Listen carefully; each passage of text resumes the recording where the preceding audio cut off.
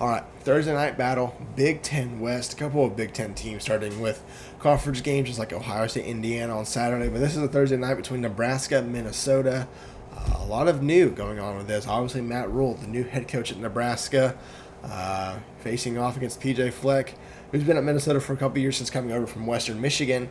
Thursday night. This is a big game for both, not only Minnesota and Nebraska. It kind of depends on how their schedule fall. Nebraska avoids Penn State and Michigan, or excuse me, Penn State and Ohio State from the East Division. So Michigan's the only one they play that's up there right now in the rankings. They still play Michigan State and Maryland. So those are Michigan State's not a easy team to beat. But avoiding Ohio State and Penn State's huge in terms of their conference title race. Minnesota has to play Michigan and Ohio State along with Michigan State. So their non-divisionals are a lot tougher than Nebraska. So this is a big game for both. Nebraska, win these, if they pull this game out, they could very easily start 4-0. They play Colorado, Northern Illinois, and Louisiana Tech after this, heading into Week 5 against Michigan. There's a solid chance they could start 4-0 if they win this game. Minnesota, kind of the same road. They beat Nebraska. They play North Carolina on Week 3. I don't see them beating North Carolina, but they could go 4-1, potentially heading into Michigan Week 6 if they could beat Nebraska. So that's a big game for both of them. But as I said earlier, Nebraska hired Matt Rhule as their head coach in the offseason. You can see how Matt Rhule has built his programs over time since before he left for the Panthers in the 2020 season. But Temple and Baylor were his two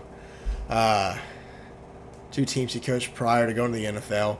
And you can see how he, started off really slow and got to double-digit wins for both teams later in his tenure. I don't see Nebraska going as far as 2-10 or 1-11. I think they'll win some games. I think they could have 4 or 5 or 6 wins pretty easily. So I think that middle tier that you see with both teams, Temple went 6-6 in 2014, Baylor went 7-6 in 2018. I feel like that's where Nebraska can be this year. But not 2019 or 2015 yet for them. Maybe next year, although it gets tougher for them next year bringing in the 4 West Coast schools. So that'll be interesting to see how Nebraska deals with that.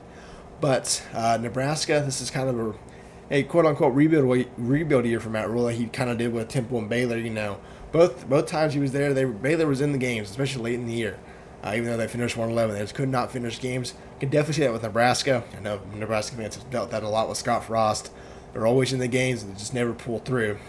So they could probably deal with another one of those seasons this year. But no Casey Thompson now for Nebraska. He's at FAU. They bring in transfer Jeff Sims from Georgia Tech. Didn't do a lot of throwing at GT.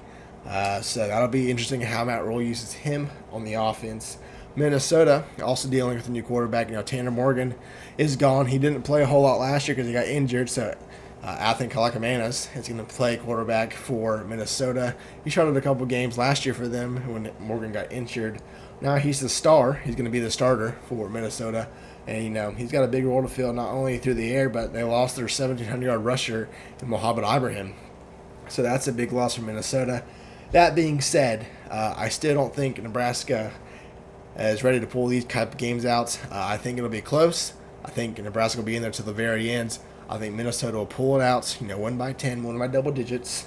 I think Nebraska did bring back quite a bit of the roster. Almost 70% of the roster is back.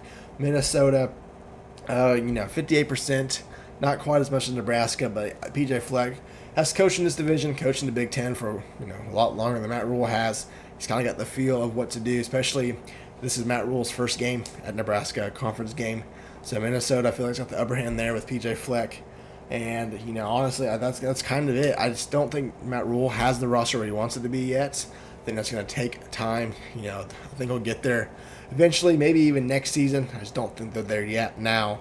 So Minnesota will win this with their new quarterback. Nebraska will, head to Week 2 after this and go to Colorado. Another first-time head coach over there with Deion Sanders. That'll be interesting. See how that is. The big new game on September 9th. They get a couple extra days to prepare for them because they're playing on Thursday night. So Nebraska get their first win there against, former Big 12 opponents whenever both of them are in the Big 12. But Nebraska will fall here, losing by 10. Minnesota will hang on, move to 1-0 in the Big 10, crucially. They begin the, fight for the Big Ten West, who will probably face Ohio State, Michigan, and Penn State in the Big Ten East, Big Ten championship game. But yeah, Minnesota will hang on. In the last year before everything, restructures in the especially in the Big Ten, they're adding 4 more teams. So Minnesota will win.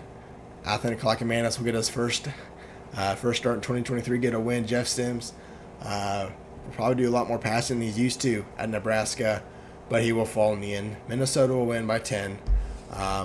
Thank you for watching. We'll see you for week 2 predictions and the rest of week 1 later in the week. Until then, thank you for watching. We'll see you then.